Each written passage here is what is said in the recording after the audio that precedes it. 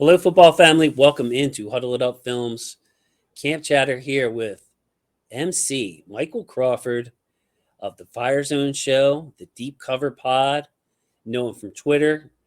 Great follow on Twitter, by the way, MC, because you always post these clips that are relevant to whatever conversation's going on. You have a clip to show it, to give us some proof. So I love that.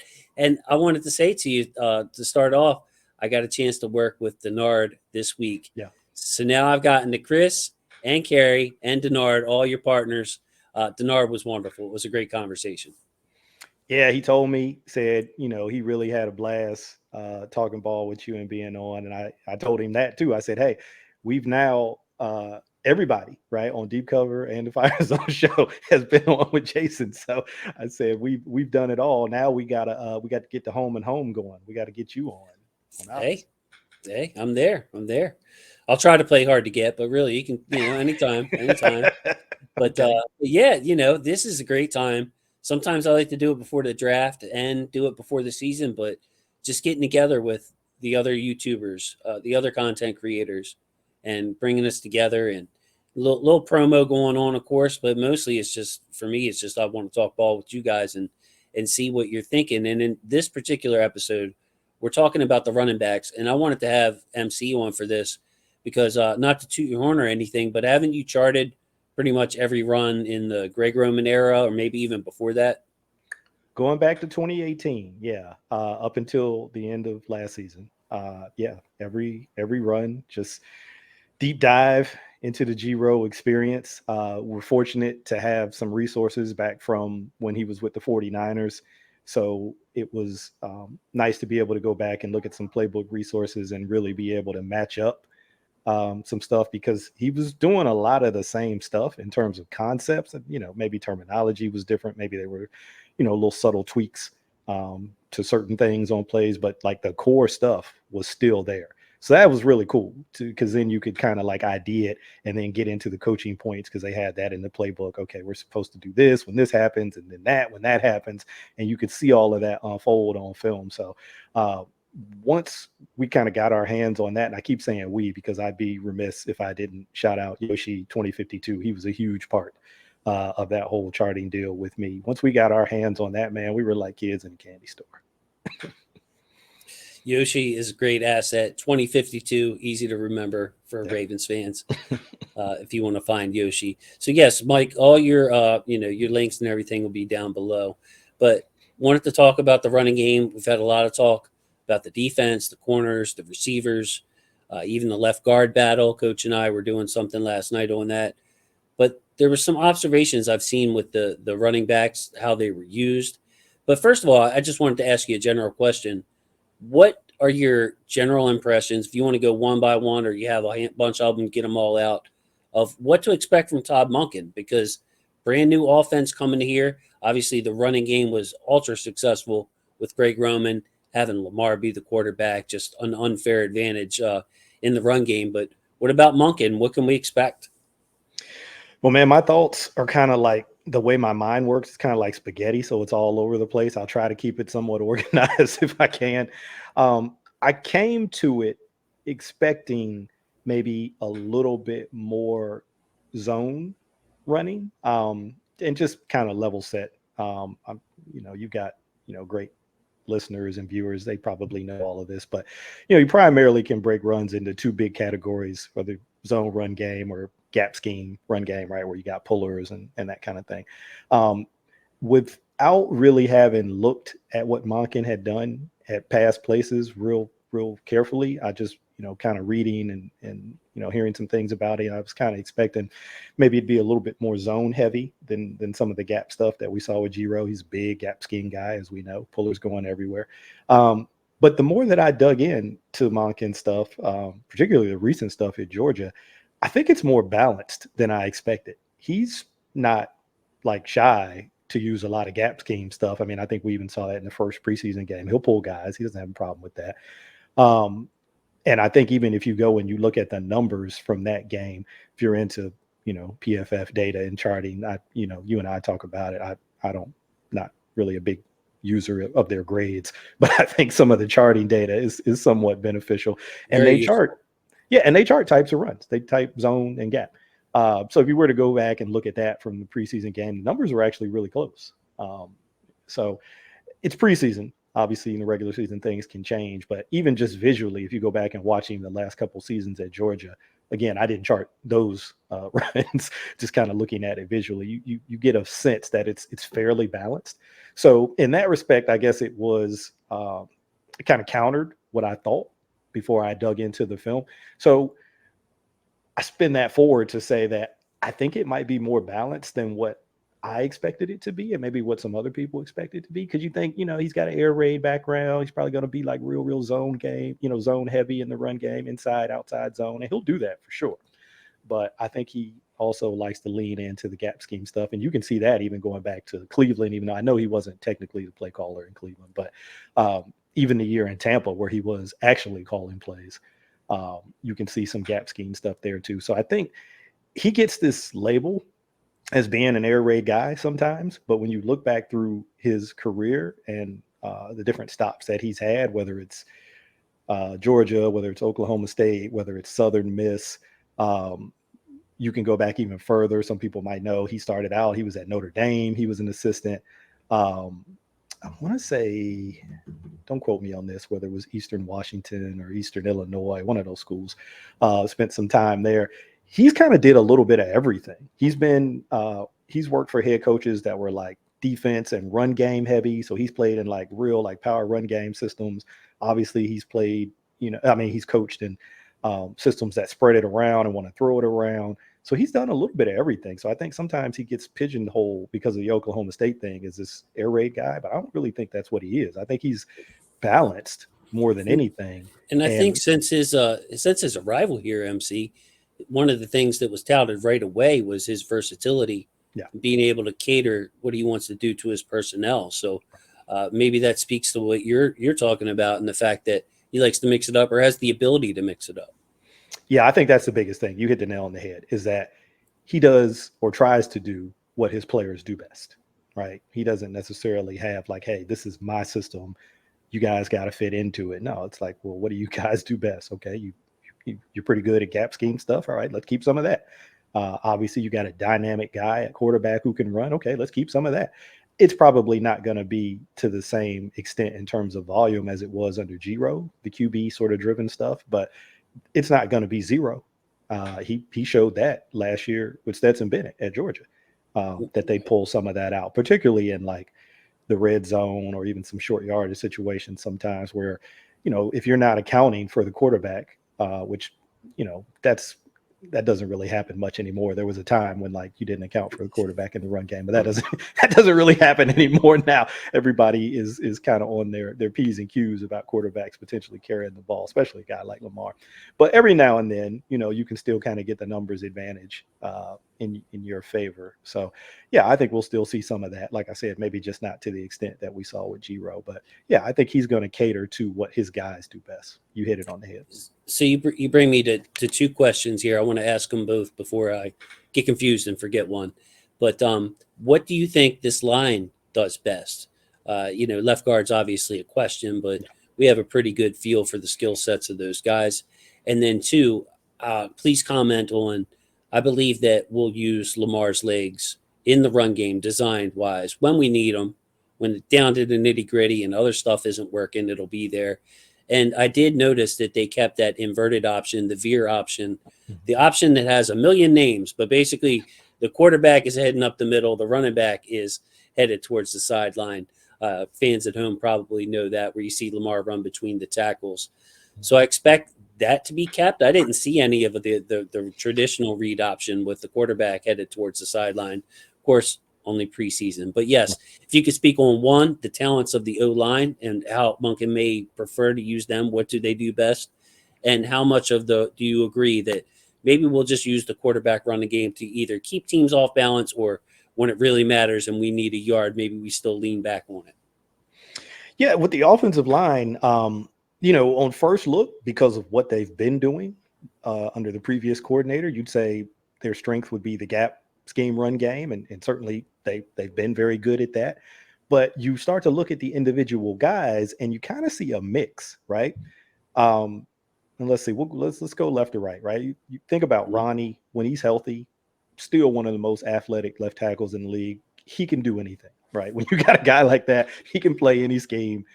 It doesn't matter, right? Pass He's game that and rush game, by the way. Pass game exactly. and rush game. Yeah. Exactly. He's that good. Like it doesn't matter. Run game, passing game, whatever kind of runs you want to call, whatever pass protection you want to call, he can do it all.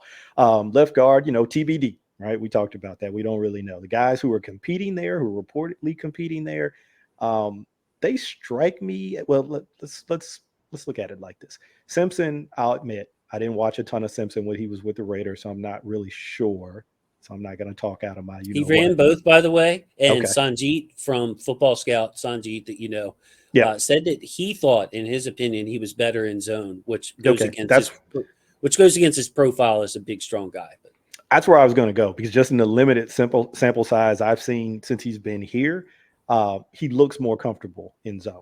okay, I specifically kind of had a note about him as a puller, where it looks like sometimes he has a little trouble lining up targets as a puller, and sometimes if you just haven't done that a bunch, that's where that can come from. And if you think about him coming from Clemson, they're a zone heavy run game there. Not that they don't have any gap stuff, but they certainly lean more zone. So he probably did more of that while he was there. Sala, same kind of deal. I think being up there at Oregon, probably more zone based. Again, it's none of this is a can't do, right? It's just about, well, what are you more comfortable doing? So it's not what's that he best? couldn't. Yeah. So I think those guys probably a little bit more comfortable in zone, but probably can do both. Linderbaum, he certainly got the skill set to be really good in zone. Right, because of how athletic he is and how mobile he is. So he's certainly got the skill set to be really good in zone. When you think about gap, especially at the center, you think about a lot of down blocks, back blocks, and how that's more about position and angle, but it also can involve some aspect of anchor, right? Because you're trying to keep this guy from running through you as you take an angle to cut him off on the backside. But he showed last year that he's up to that task. So I think he's another guy that kind of fits into both category. I think Zeitler's into both category because I know he's done both over the course of his long career. So I think he's good there. I think Moses, I think he's a little bit better in zone. I think he's a little bit more comfortable in zone. But he showed last year in gap, particularly as a puller, he's got good athleticism as a puller. I mean, he can get out there and he can get in front of runs and he can move in the open field for a He big really man. So surprised me. He really surprised me too on that his ability to move, and it's kind of I don't know. I kind of actually see him as more of a power guy, but that's interesting. You like most of your positive notes or what he looks more comfortable in is the zone stuff. just because I go back to when I watched them with the Jets and they were doing more of that, and particularly when they were doing like wide zone or outside zone, stuff kind of more going towards the perimeter. But and I think that's because that accentuates his movement ability. So I think that's kind of the key for him. Whatever it is, whatever whether zone or gap, as long as you're giving him a role on that particular play that accentuates his mobility, he's going to be fine, I think.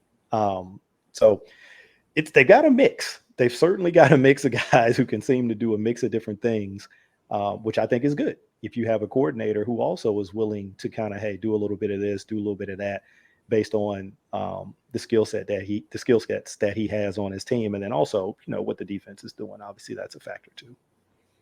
And then the second question, Lamar, yeah, yeah, you know, like I said before, I don't think they're going to use it as much. Um, but you'd be crazy not to do it at all because he's just too good.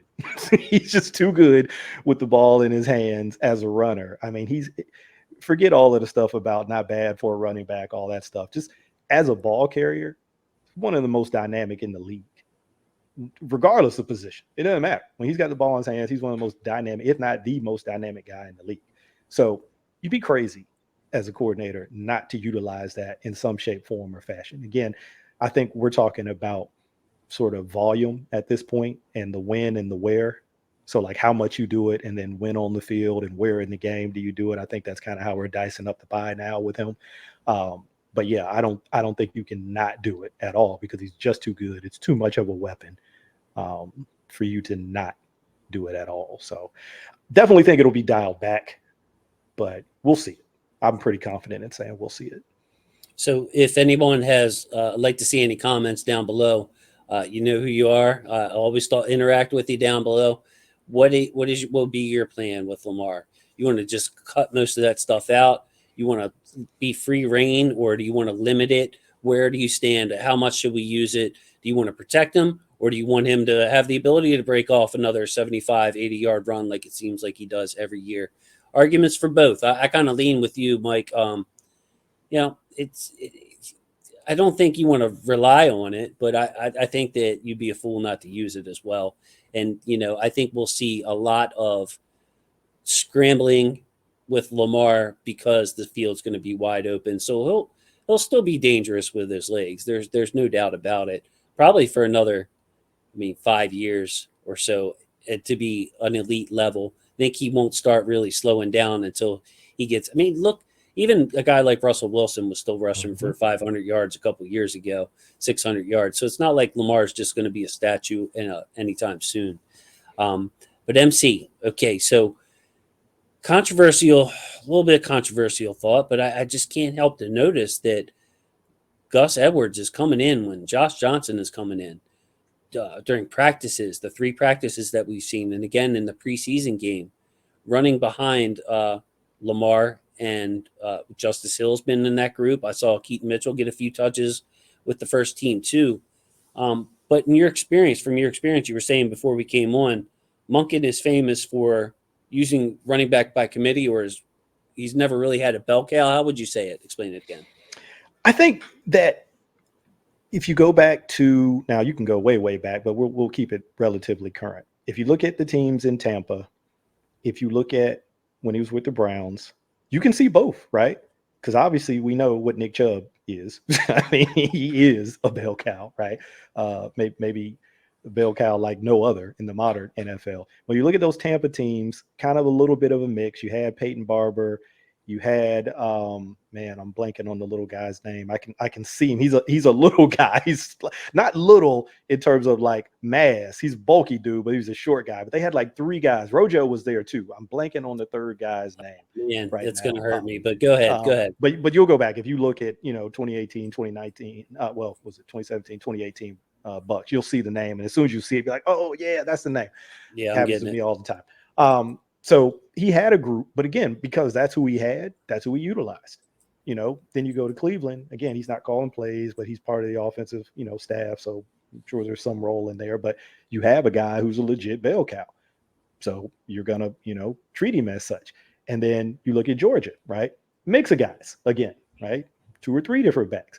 So he goes back to utilizing a little bit of everybody because everybody has a little bit of a different skill set. So I really think that's what he is. It's hard to kind of like peg it and say, oh, he likes, running back by committee, or, oh, he wants a bell cow. I think he looks at what he has and he operates accordingly. And then if you look at what he has right now, it maybe lends itself to a little bit more of a committee approach. But some of this too is TBD, right? Because you don't know until you get into the season. And then it may become a situation where one guy like Greg Roman, since we've talked about him a couple of times, used to always say, grabs the brass ring. And he's playing so well and he's so effective and he's so dominant that you're like, look, he's going to get the bulk of the carries. He's going to be out there on the field more than some of these other guys.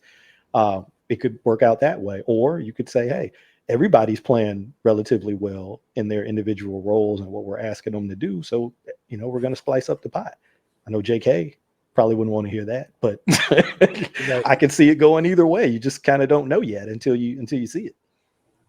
It's funny if running backs still made, I don't want to say act like they're poor, but if running backs were still highly valued contractually, I could see the Ravens really being extra motivated to give JK 18 touches a game, 18 carries a game, and let him earn some $12, $14 million contract, say, and get a nice comp pick back. But maybe that doesn't even come into factor. Jaquiz Rogers, by the way. There you go. Bingo. Yes. And by the way, my second favorite or my first favorite Ravens running term is Brian Billick, crank up the running game. He does nothing but crank it up the running game. So I'm a little nervous for Gus's role, MC. You think that there's still a spot for him in Monken's offense? I do. I do because I think we kind of frame these narratives in our mind like, okay, well, it's going to be all about speed backs and being able to get out in space and catch the ball. And he certainly has talked about, right? He's mentioned that word about space and attacking space a whole bunch. So we know he's going to do that. But one, I don't think Gus is a negative as a pass catcher, right? He may not have the same kind of agility and elusiveness that you think of when you think about Justice or even a JK or even what we've seen from Keaton Mitchell early on in camp. But he's 240 pounds. And so that presents its own problem, right? All right, let's say I do catch the ball in space. Okay, now I got DBs trying to tackle. I'm 240. So that presents its own set of challenges, right? Maybe I'm not going to jump cut you and shake you out of your shoes, but you got to wrap me up and get me on the ground. So that can present, a challenge in that way.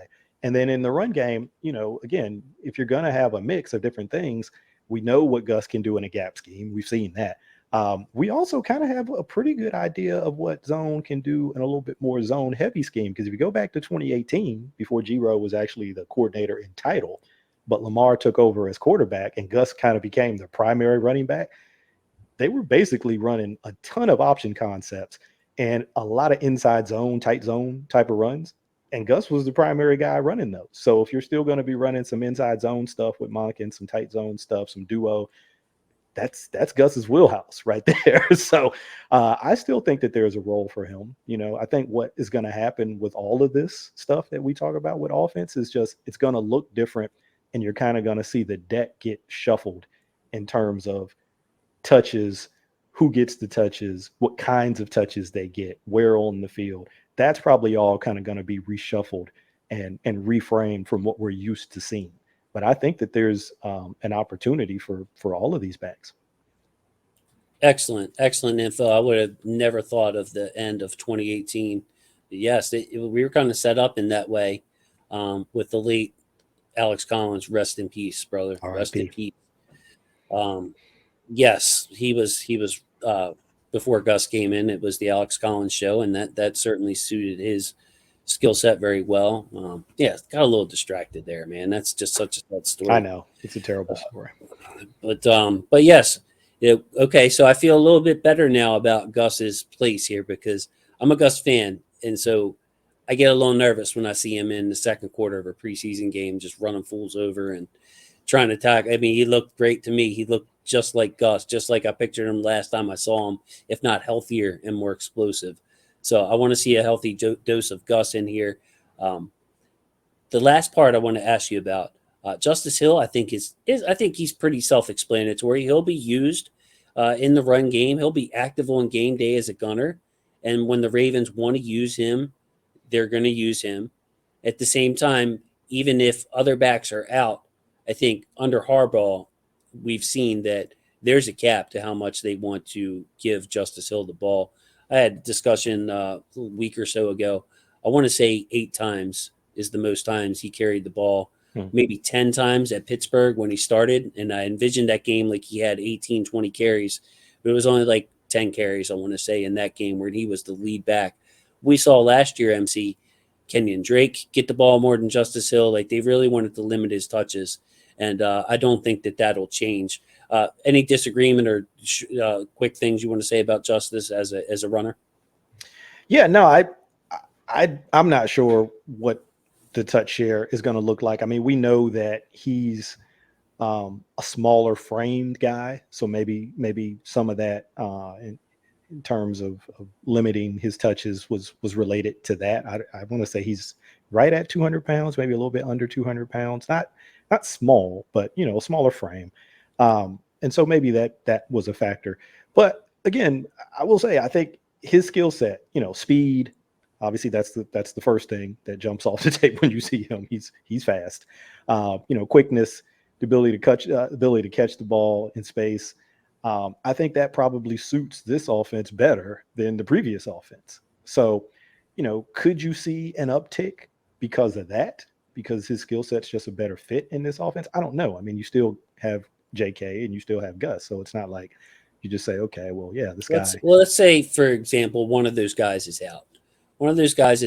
And like I said, last year, I want to say The most carries he had in the game was 6. Kenyon Drake was getting 12, 13, 14, 15. Do Yeah, you see that changing possibly I could under Monken? possibly, yeah, I could possibly see that changing because I do think that under Giro, I think he did have a little bit of a preference for bigger backs. I mean, certainly for Right. bigger offensive linemen, we know that. And I think he did have a little bit of a preference that way towards running backs as well, because again, he wanted a power oriented running game, right? He talked about it, getting medieval on people. That was his thing. And so I can't remember who said it. Maybe it was Bill Parcells, right? Who said, look, football, at the end of the day, it's a game about big people beating up on little people or something to that effect. And so I think Giro was a believer in that for sure. But I don't know that Monken is going to have that much of an issue, because he's had guys at different spots. We talked about the Tampa Bay guys. You can go back to Southern Miss, right, when he had Ito Smith and Jalen Richard. Ooh, I mean, I think he's okay with guys who maybe have slightly smaller frames and putting the ball in their belly when you need to, because he's talked about the importance of running the ball to control the game. And so if one of those guys is down and Justice is, now moves into that top two rotation, if you need, 4-minute offense or whatever to kind of close out a game, I don't think they'll be hesitant about putting the ball in his hands. Now he's got to clean up some of the fumbling issues we've seen in the past. At times he's had some critical ones. I don't think he's had a ton of fumbles, but it's just been timeliness kind of them. But I can see a little bit of an uptick, but again, we don't know for sure. I'm just speculating. spitballing. I mean, that's all we have to do at this point. We've never seen Monken in Baltimore Ravens offense with these backs, especially, and this offensive line. I tell you what is a real wild card and may affect Justice Hill touching the ball maybe at all this year is a guy named Keaton Mitchell who can run 22 plus miles per hour. The way he turns the corner is real easy. He made my draft board, MC. It's hard to make my draft board as a running back. I think I only had like 8 or 9 of them, but his speed is just so easy. I love the way he changes speeds in his run. He can kind of lull you to sleep a little bit before he really turns it on. And frankly, in this training camp and from some of the clips we've seen at practice, he looks like he's got a little more shake than I even expected. So he's not just a straight line speed guy, say like out of a Devin Duvernay role. He can give you a little wiggle and make you miss as well. Total wild card here, MC. Have you liked what you've seen from Keaton Mitchell as much as I just tried to explain it? Yeah, thus far, I do. And full disclosure, I mean, I saw him at East Carolina a little bit, but I'm not gonna say I like did a deep dive study on him or anything like that because I didn't. So when he's signed here, and you start to hear the practice reports and you start to see some of the clips, you definitely see the juice. There's no question about that. This guy's got juice. And even if you think about that preseason game, the first game, the touchdown he had that was called back, he made a cut that just absolutely cooked two Eagles defenders at the line of scrimmage. I mean, they almost collided with each other. So, yeah, he's definitely got some lateral agility. We know he's fast in a straight line. I think he's shown that he can be a plus in the passing game. He's not a liability in that regard in terms of a pass receiver, pass protection, TBD. Obviously, no, that's huge. It's going to be a Um, struggle for a rookie anyway, yeah, so that's tough. that's huge, right? That has a lot to do with how much you see the field. Is can you pass protect? And if we're envisioning an offense overall, I know we're talking about the run game, but just overall, if we're envisioning an offense where they probably throw it a little bit more than they have in the past, then pass pro is going to be very important for the running backs. So that could be the one sort of obstacle for him. Assuming let's not putting the cart in front of the horse. I mean, we're still about to play the second preseason game. He's got to make the team. But assuming that he does that in whatever fashion that is, 53 or the practice squad, whatever. There's still I guess what I'm saying is I can see a path for playing time for him, a path to playing time, but that pass pro part is probably going to be the trigger. And then can you contribute on special teams? Because we know like a lot can change, right? You can get a new offensive coordinator, you can bring in skilled guys. Long as John Harbaugh is the head coach, special teams is going to matter on this team, and he's going to want guys who aren't starters to contribute on special teams. That's just the way Well, it is, and that's the way it's going to be under him. I don't know about his Keaton Mitchell's tackling. or if he's got a future as a gunner, or if he can block, in that first level or second level, last level of kick return blocking. But I can tell you, as a return man, he's dangerous. So he's got at least that. I would be able to firmly put that in his bag as being able to return. Yeah, so that's going to work for him. I would think you mentioned pass protection. The best pathway for Melvin Gordon to make this team is because he's so established, both as a pass blocker, as a running back, and also being able to catch out the backfield. But I have to be honest with you, MC. To me, that's not enough to justify him making the roster when you're looking at someone choosing between Melvin Gordon on a 1-year deal, no guaranteed money, and having possibly Keaton Mitchell under team control for 3 to 4 years. What's your feel for who's got the edge on that last roster spot? What would you do? Any thoughts in general on that? It's going to be tricky. It's going to be tricky for sure, because the more that the rest of the league sees Keaton Mitchell in these preseason games, the less likely that you're going to be able to sneak him onto the practice squad without somebody scooping him up. So it puts you in a bind there with that kind of fourth running back spot. If we assume that top three guys are JK, Gus, and Justice, and if you're thinking about keeping 4 on the 53, again, we don't know if they will. If they're thinking that, in that fourth spot, you're right. You're looking at the savvy, wily vet versus the rookie who's shown promise and, who's younger. You can have longer team control over, as you just talked about. It's tough, man, because part of me wants to say, hey, let's go with the young dude, right? Because we got 3 guys who are not, they're young, but they're young vets. You know what I mean? They're not rookies in JK and Gus and Justice. So if I had a bunch of like first and second year guys in addition to Keaton Mitchell, then I might lean a little bit more towards MG3. But because I got some young vets, I'm like, maybe I can swing this with Keaton, even though I know I'm probably going to be trading off some pass pro. I'm probably going to be trading off just some veteran experience. I mean, when you look at Melvin Gordon, yeah, he's clearly not what he was when he was in his prime, but he's a professional runner, right? He knows how to run whatever concept you need him to run. You put him in certain situations, he's going to get the yards that are there. He's going to get you the yards that you need, right? And he certainly knows what to do in pass pro.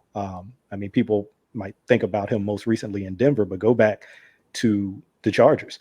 If you're going to be on the field with Phillip Rivers as a running back, you better know how to pass protect. So you might hear some 4-letter words. Yeah, okay. Allegedly he never cursed, so maybe he's throwing a lot of darnets. That's right. A lot of darnets and dangets and that kind of thing out there. Who knows? Allegedly, that's how the story goes. So I don't know, man. I'm still torn on that question at this point. Okay. I got a thing for vets because I'm an old guy myself. So I got a thing for vets. But I mean, the talent there with Mitchell, it's undeniable. You can see it for sure. I think that there's a pathway to be more impactful on this team for Keaton Mitchell. Like, I wouldn't rule out. I see some of these like tunnel screens, bubble screens, and all that other stuff. And I mean, other than Zay, he's probably the most dangerous guy I could imagine just flicking the ball to, and basically just have an open field here to make decisions. He's an 80-yard touchdown waiting to happen, and so I'm not quite as torn on this, MC. Like, I'm the same age as you, but I'm willing to roll with the young guy and say, look, worst comes to worst, I can pick another guy kind of like Melvin Gordon up that's just sitting at home waiting for a chance and a phone call, because there's more of those guys than there are guys that can run 22 miles an hour that you have 3-4 years of team control over. So yeah, I'm gonna fight on that one. I'm gonna be very vocal on the Twitter or the X, whatever it's called. Yeah, it makes sense. Let me just say this: your side of the argument certainly makes sense. You've got the bigger playmaking potential in Keaton Mitchell for sure. And the other thing I will say is, to my understanding, Melvin Gordon does not play special teams, and so if you're going to be the fourth running back, that's problematic, I think, for John Harbaugh. So at least with Keaton Mitchell, like you said, you've got return ability.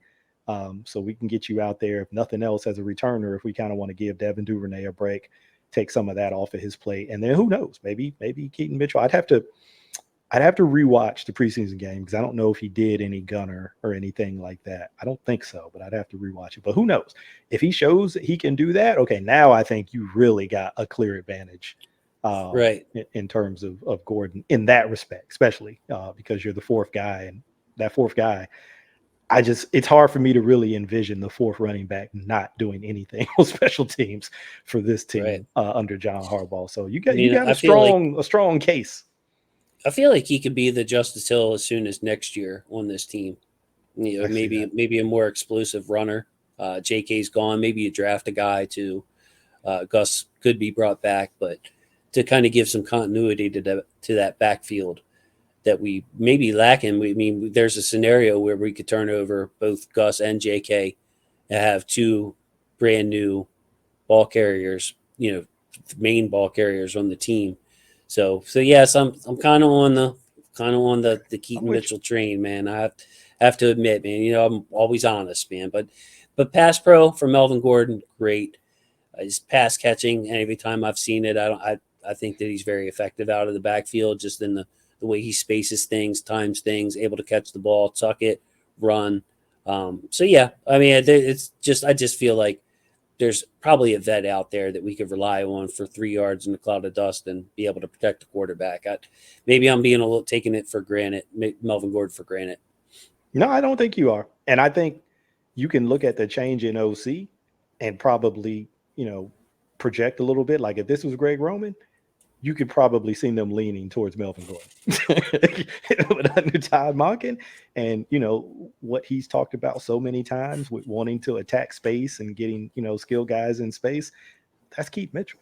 That's who he is.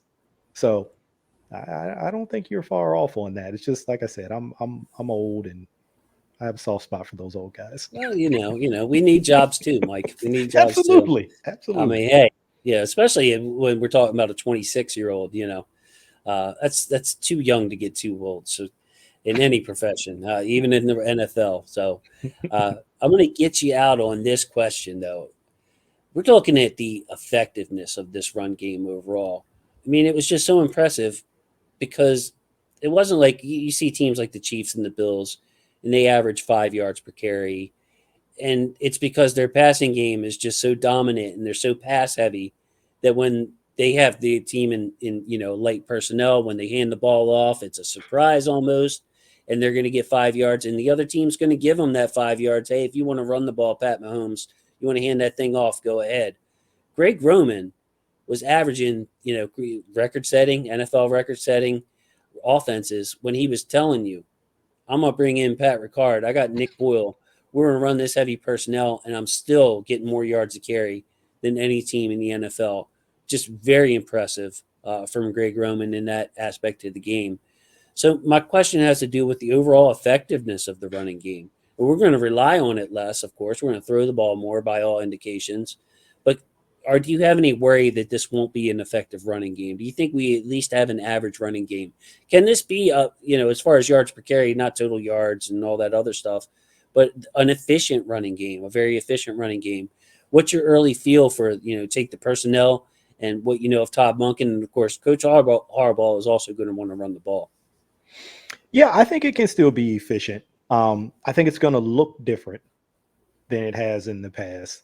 There were times. I mean, obviously, we always talk about 2019, but you can even look at 2020, where it was dominant. Right? It wasn't just efficient; it was dominant. And like you said, everybody and their mother knew what was coming, and you still couldn't stop it. So, uh, will it be as dominant as it's been in the past on some of those G-Row teams? That I don't know. We'll see. I know Todd Monken has talked about it himself that, there have been spots, I think particularly he talked about Tampa Bay where, they weren't as good as they probably needed to be in the run game. And he took the blame for that. It's not like he was putting it on the players, anybody else. He's like, we weren't as good. And that's probably because of me. Um, Georgia, I think that they were decent. I mean, look, their defense was so amazing. They got up in games and they could just run the ball on people because they had gotten up so big on the scoreboard. And of course, they had huge dudes on the offensive line. So that's kind of a different deal, right? But yeah, I think that they could still be efficient. I think it's going to look different. I wouldn't be surprised if early on or in certain games, it does struggle at times, and people are kind of like, oh, see, we didn't used to see this before. That wouldn't surprise me, just because, again, it is going to be different. I think they're going to keep some of the stuff that they've done in the past. I think you'd be crazy not to, as an offensive coordinator, because some of that's been so good. And then plus it's like there's one person who has to learn it, you as the new OC, as opposed to 11 other guys who already know it, right? So if it's really, really good and you say, well, I've not really done that before, well, okay, well, I can learn it, as opposed to having to, teach these guys something totally new that I think is good, that maybe is not quite as good. Obviously, some of that's happening already with them installing whatever, he wants to install. So I'm not worried, but I think I'm trying to be reasonable about it, in that it would be hard for me to think it's going to be as dominant at times as it's been in the past at times. But I definitely think it can still be efficient, because by and large, you have a lot of the same personnel. So the same people who were having success with it in the past are still here. Conceptually, there are going to be some tweaks. I think people, obviously soured on G-Roll over the last 2 seasons. But with the run game, you can think back to last year when Lamar was hurt and JK came back, after his little clean out operation. I mean, he was averaging close to 6 yards a carry. It was over 5 for sure. And that's with Snoop, who they don't run nearly as much as they ran Lamar. They still call some stuff every now and then, but not nearly as much as they did with Lamar. So that was just straight running game. And they were highly effective with it for like a 3 or 4 game stretch there. So the devil was always in the details with G-Row. It's not like you didn't know what was coming. Yeah, we're going to run power. Yeah, we're going to run counter.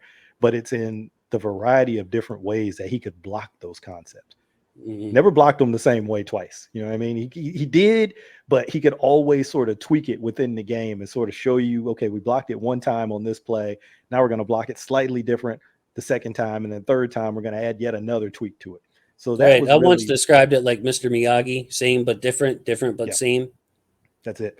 That's really where the detail was with his run game. It wasn't that you were seeing a bunch of different concepts. You were seeing probably the same 3 to 5 core concepts, but it's how they got to them in terms of personnel, formations, motion shifts, and then how they actually blocked them once the ball was snapped is where all of the sort of devil in the detail stuff was. So, maybe some of that decreases a little bit, because with that, you also get a lot of complexity, and that can, lead to some mistakes at times. It's great. More substitutions too. More substitutions. Yeah, it's great when it works, when everybody's got it and we all execute it, perfectly. That's great.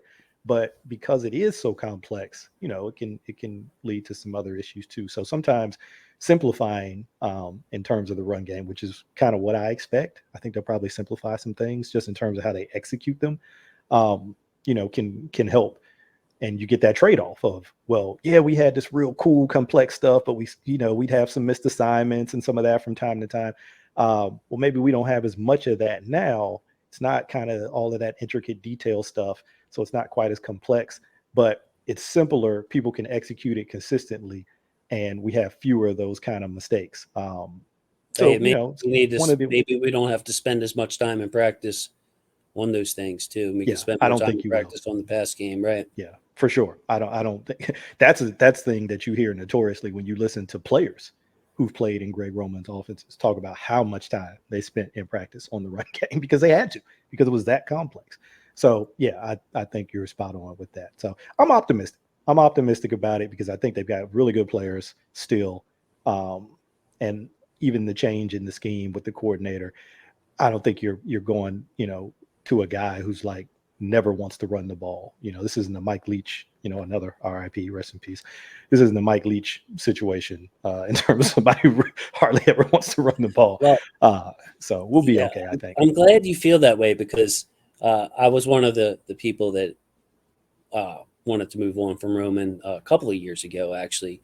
And my base philosophy with this is, with Lamar Jackson as your quarterback, John Harbaugh as your head coach, in an organization that prioritizes the line and the running backs the way the Ravens do, not afraid to draft them earlier, that you're never going to have the running game is never going to be holding you back. You're going to always be able to run the ball to some extent. Let's get a coordinator in here that can throw the ball. So my reputation's on the line here, MC. No, but I philosophically, I agree with you. I mean, I think that they did kind of reach a point of stagnation with Greg Roman. And trust me, like I said, having charted that run game for those seasons, nobody liked it as much as I did. Mad respect for him, right? Mad respect for him. I'm probably as big a Giro apologist as there is out there, because I think if you look around the league, a lot of teams are doing a lot of stuff that he did since 2019. He's not going to get the credit for that. I think there's a lot of people doing a lot of stuff that he brought to the Ravens. But it's more, there's more to being an offensive coordinator than just having a great run game. We know that. So, I think we had kind of reached the point where where things had kind of stagnated and it was time for change. So the change is here, and we're going to see what it looks like. Yes, completely different team. Exciting time of year. It always is this time of year. MC Michael Crawford, Fire Zone Show, Deep Cover Pod. Mike, and what are you working on? Anything you can plug here at the end? What are your plans for the season? Those two shows, which you already mentioned. I mean, you can listen to either one of those podcasts anywhere fine podcasts are available. We like to say we try to do weekly shows.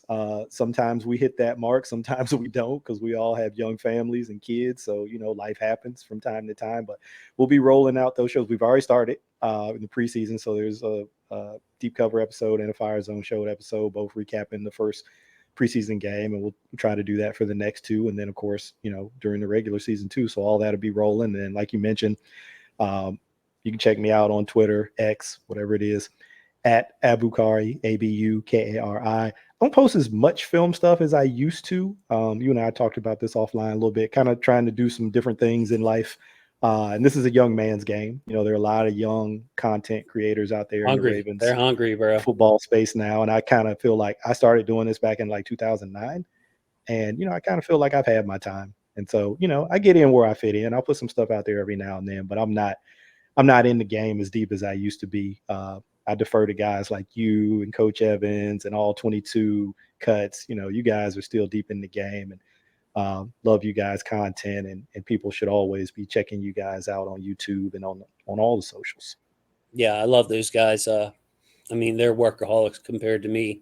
I try to keep my stuff simple and do it as a hobby that I enjoy. As long as I have the tape, I'm good. If I have the tape, I'm sane. I can watch it. I can keep myself busy all week. I could think of this stuff. I could think of that. But as far as the content, I like to, when I get someone on to, I like to say that my shows aren't just to put a show out there. Like, I want to talk about the run game. Hey, I have you as a resource. I want to talk about O-lineman. I could use Cole as a resource. As Denard, we were talking about PQ and Roquan the other day. So I appreciate all the help and support that I get. And, it takes a village, man, to figure some of this stuff out. And then some of the best shows I've had, or some of the best discussions I've had, is when, I work with Ken McCusick all the time, and we'll disagree on stuff, and he'll make me think about things. He'll make me actually go back and be like, I thought I had this figured out, but I kind of like what Ken's saying here, and try to find my own mix of, kind of reevaluate where I think. So, man, love you guys for that. Back at you, man. Hey, look, people, I think as long as you have the right mindset with disagreement, because I think sometimes people hear it and, it automatically goes to like this negative place. Well, it doesn't have to be that at all. As long as we're approaching it from a place of respect, it's an opportunity for growth, right? Because I'm going to hear a different perspective from mine, and probably something I had not considered or had thought about. So as long as I'm willing to approach that from a place of respect and a place of, let me listen so that I can understand, as opposed to just waiting for my next opportunity to talk, right? To make the counter. Let me really try to understand what you're saying. Then I think disagreement's fine. There's nothing wrong with it, because like I said, it's an opportunity for growth. But when it gets into, it gets personal, or it just becomes a shouting match, or you're trying to like convince somebody that they're wrong and you're right, then there's no growth that's going to come out of that. And to me, that's like a waste of time. And I'm not into wasting time. Yeah, I'm not down for that either. So thank you so much, MC. And with that, I'm going to say thank you to my football family. Love my football family. Make sure you check out Michael Crawford's work down below. All the links will be there. And look forward to some more content. Just put out a Clowney cut up, Jadeveon Clowney versus the Ravens from last year. Feel free to check that out. And we'll have some more shows coming up. So with that, MC, say goodbye to people for me. Goodbye, good people. Y'all take care out there.